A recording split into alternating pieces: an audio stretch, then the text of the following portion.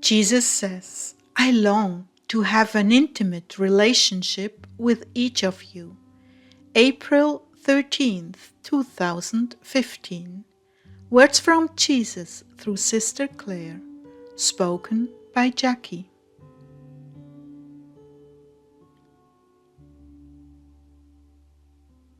Clare began. His eyes were looking at me with such tenderness that I could do nothing but melt. Then I began to feel very, very inebriated with his love. I took a chance and looked into his eyes for a long time, totally relaxed, totally at home. This has never happened before. I've always had a little apprehension, but tonight I forced myself to ignore it and just gaze at him.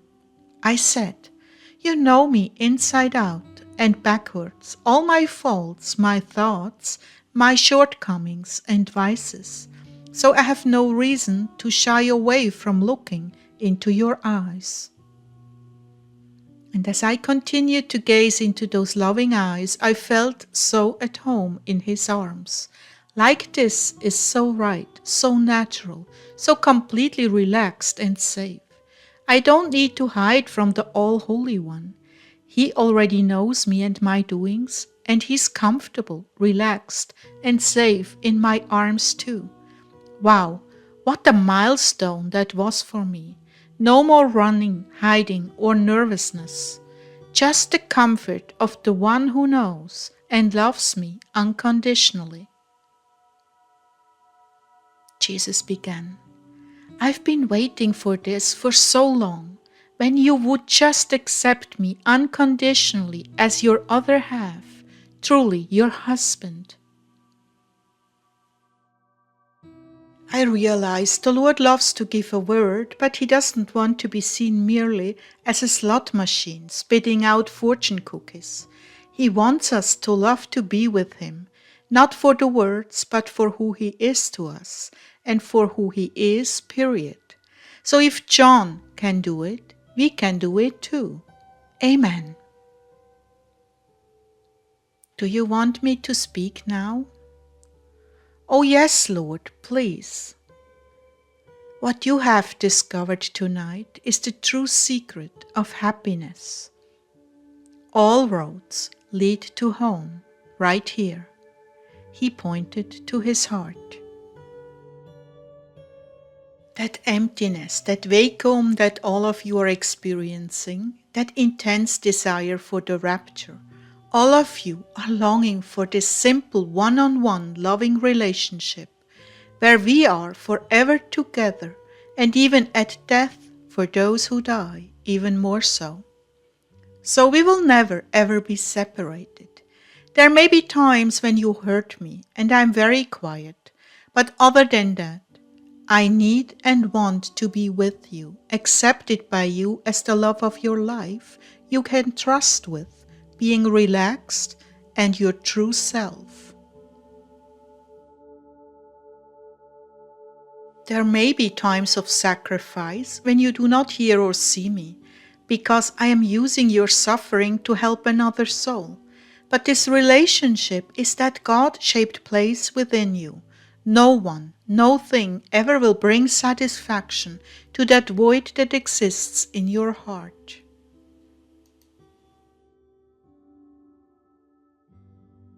That is why you are longing so much for this relationship that Clare and I have, because I made you to want it. And it is beginning to dawn on you that religion has robbed you of this precious, precious knowledge of me. Yes, this is indeed the time of the bride coming to her groom and being wed together in holy matrimony, so holy that no other human can come between you and I. This place is sacred and reserved only for you and I. Many of you have already approached me in this way, but you still are holding back because of fears. Fear of me, the mighty God, fear of me, the judge, fear of me that I desire perfection from you before you dare approach me. Nothing could be further from the truth. You will never reach perfection without me. It is impossible to you. So you spend your life shunning me, avoiding me, because of these religious ideas that are lies from the devils. I'm speaking to every one of you now. You are afraid of me. That is the only reason you keep your distance.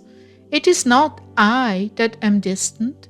It is you who have put up walls to hide behind.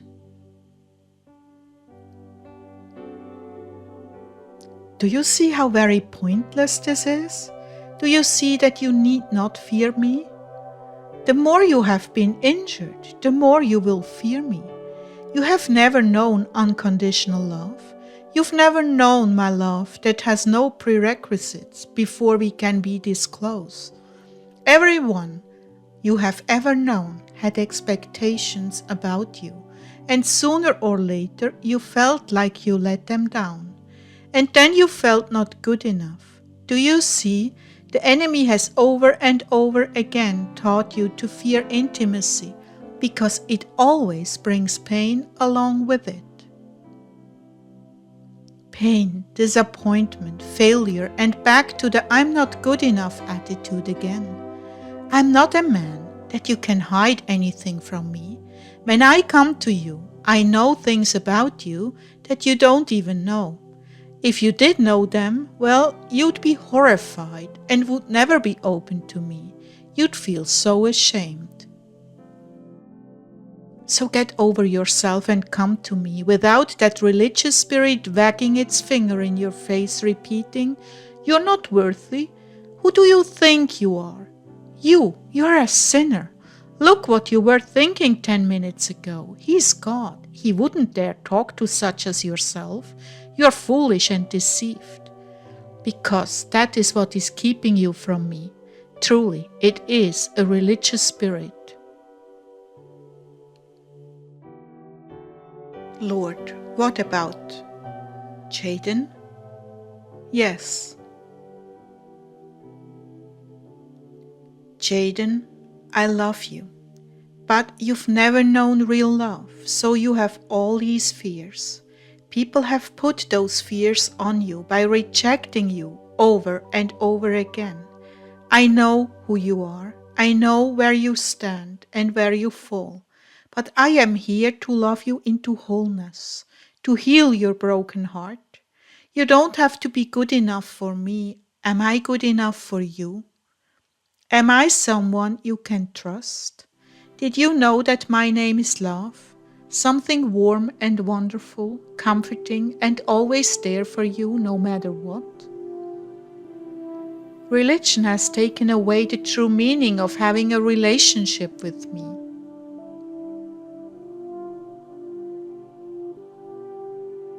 When I called Peter, James, and John, they were my sidekicks, my buddies. I walked and talked with them. I ate with them. We slept under the stars together. I was real to them, the way I want to be real with all of you.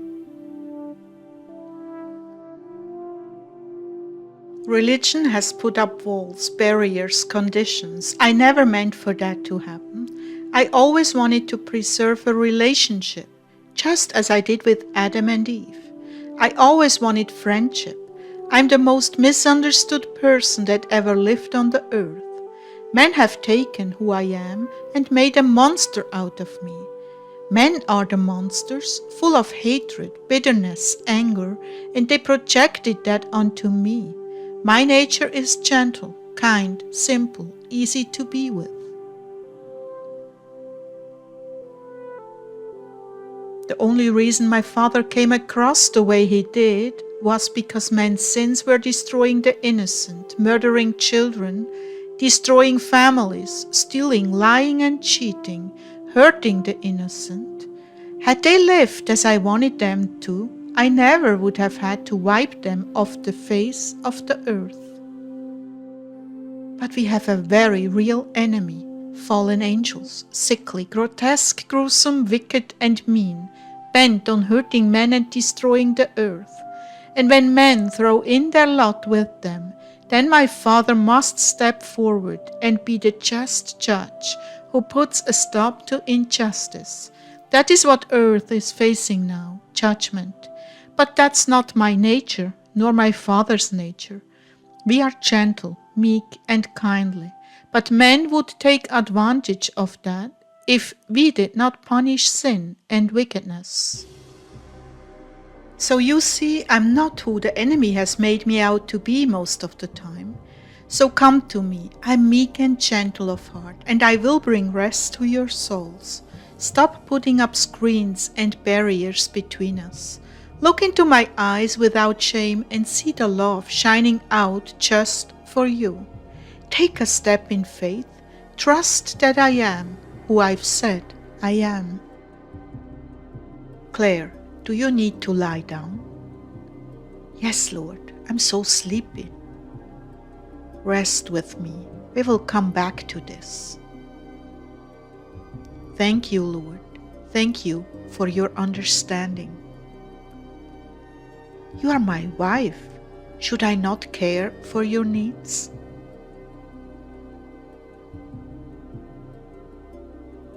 An hour later. Wow, I feel better. I wonder. I can sit down after a nap and here you are again. Why can't I just sit down and talk with you like this anytime?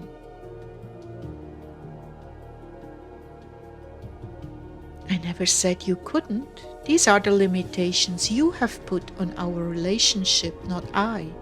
I do love it when we spend worship time together first.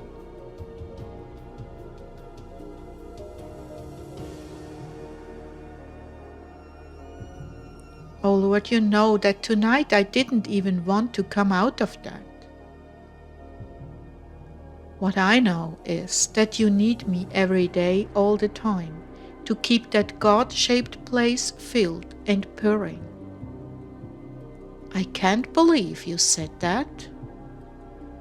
Well, isn't that the perfect word? Now you're being silly, and they will never believe it is truly Jesus Christ I'm talking to. And you, who do you say I am? You are the most wonderful, most charming, kindly, comfy friend I've ever had, and God to boot. I'll receive that as a kiss from my bride. So is there anything else you want to say, Lord? Indeed there is. I've waited all your life for us to be together this way. Blessed is the soul who takes up this invitation sooner than later. You have suffered so much out of ignorance and loneliness. If only we could have been together this way when you were still very little. Yes, Lord, if only. This is why I've brought you as a gift to my precious brides, so they don't have to wait but can enter in now. No more loneliness, no more aloneness in the decisions of life. I'm here at your right hand by your side, and I will always lead you when you ask it of me. The greatest danger to this relationship is distraction and busyness. These are the subtle tools Satan uses to slowly and ever so imperceptibly draw you away from me. He's very cautious to do it slowly, so that you don't notice what is taking place. It begins with projects such as you are facing right now. Oh yes, that would be moving an 83-year-old woman who is a hoarder with 4 tiny barking dogs out of the front house and other things that need to be done here on the property. Yes, you may take this as a warning. However, what you have going for you now that you didn't have before was responsibility to souls who want to grow closer to me. Your motherly nature will put the stops on you before you lose what we have right now. But in the past, this is precisely how he stole you away from me And I cried, Claire, I cried and cried because I missed you so. My heart sank and tears welled up in my eyes. Oh God and my best friend, I'm so deeply sorry. Yes, there is a cost, my brides. Your life will be stripped down to the bare necessities and very little pleasures from the outside. This is a price you must be willing to pay.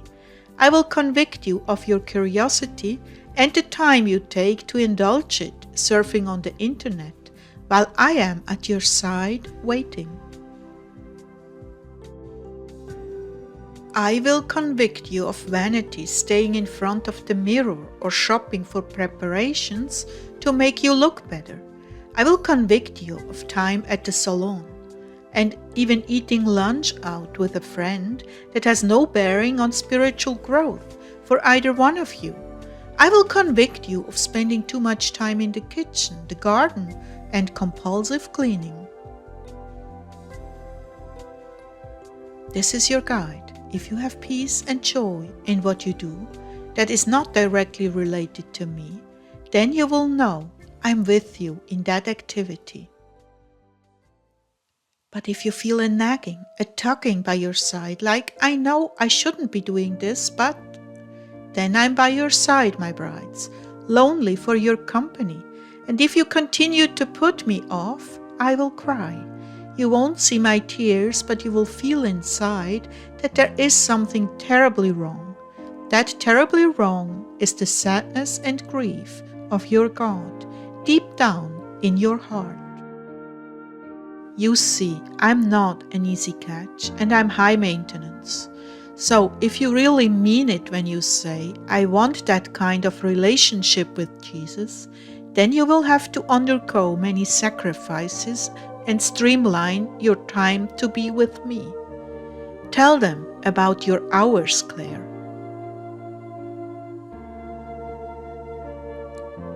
Well, for instance, my basic day is picking up food for the food bank and perhaps a short trip to the store, picking up prescriptions, taking the dogs and cats for a good walk out in the pasture behind the house, dinner, dishes, and basic everyday cleaning, spending time with my husband during a meal, or sharing spiritual things, which all adds up to about 4 hours of maintenance.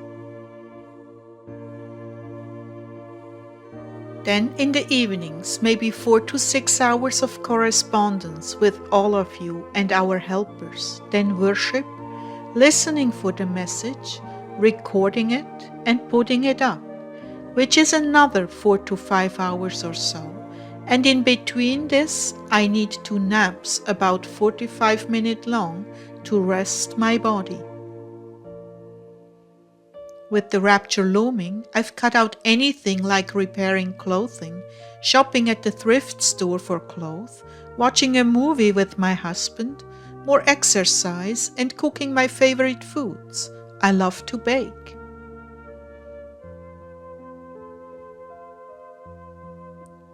So your life has changed considerably in the last few months?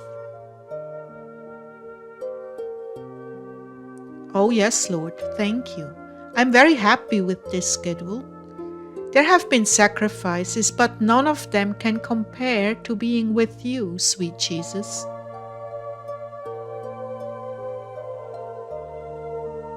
And so you see, dear brides, there is much you will have to sacrifice if you have not already streamlined your lives. And I'm giving this instruction not just for you, but for those left behind, so they will know what this kind of relationship takes. You will never for 1 minute regret leaving these things behind.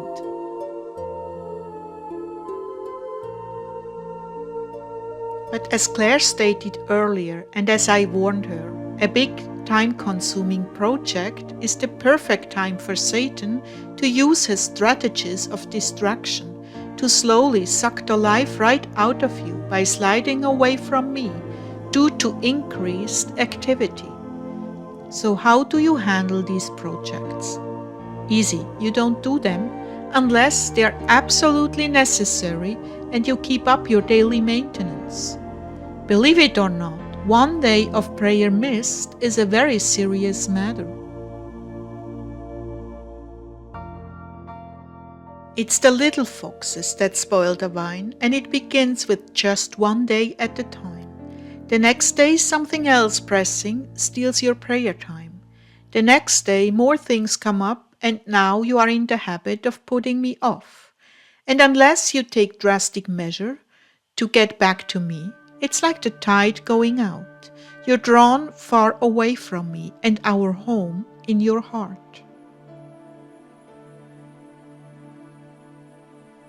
So this is what these sacrifices look like. Happy you will be if you count them as nothing and bring your life into order, into a God order. It may not happen overnight, but if you work at it every day, I will be with you helping you make the right choices. And when you slide backwards as Claire inevitably does, I tell her, I will help you make better choices with your day tomorrow. And we are back on the right track. Lord, I can just hear it right now. What about people who have to work or go to school? I have no easy answer. Again, it is how badly do you want this kind of relationship? Badly enough to change your lifestyle so you have fewer bills or relatively none at all? Is the career you are being educated for truly my will for your life? My perfect will? Or would you be happier in Africa out in the bush bringing souls to me? Does your work reflect your complete devotion and love for me? Or is it financial security you are living for? You see, there is no easy answer. You will get scorn and contempt from the world if you opt out of the world. Are you ready to give an answer?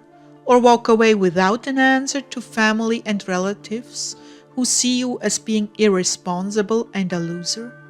Or are you so in love with me that none of that even matters? Or are you willing to hurt inside and lose the support of family and friends who draw away from you because of your foolish choices? There is no easy answer. I can just hear it now, but I'm married. If you're equally yoked, that will not be an impediment. Possible objections from listeners. I have a good job and great income. I've worked for this position for years. My retirement is secured, etc., etc.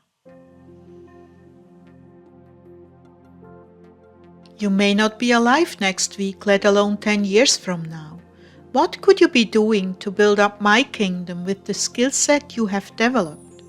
Or perhaps I have a different plan, not using you in what you have cultivated, but using you in something you are totally unprepared for, so you will have to rely strictly on me to accomplish it.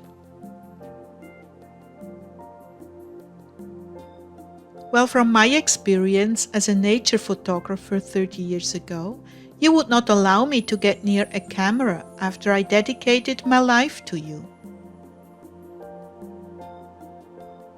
Yes, because you reeked of the world every time you picked up a camera, and I couldn't stand the stench. Well, I figured that. In its stead, I gave you the gift of music and teaching. Oh, I love the gifts you gave me, Lord.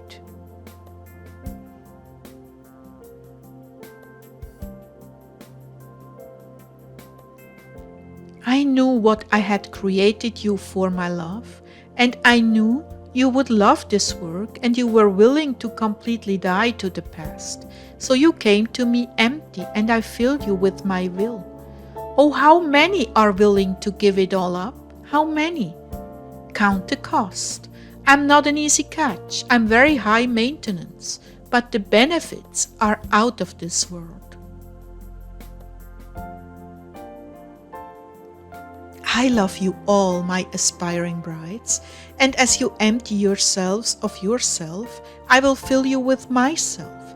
For those who would save their lives will lose them, but those who would lose them for me, well, they shall indeed save them.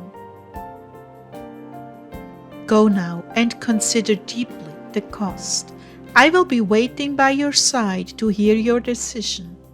You have only to ask, and I will help you. I have given you my heart. I have given you my spirit. Now, what are you willing to give me?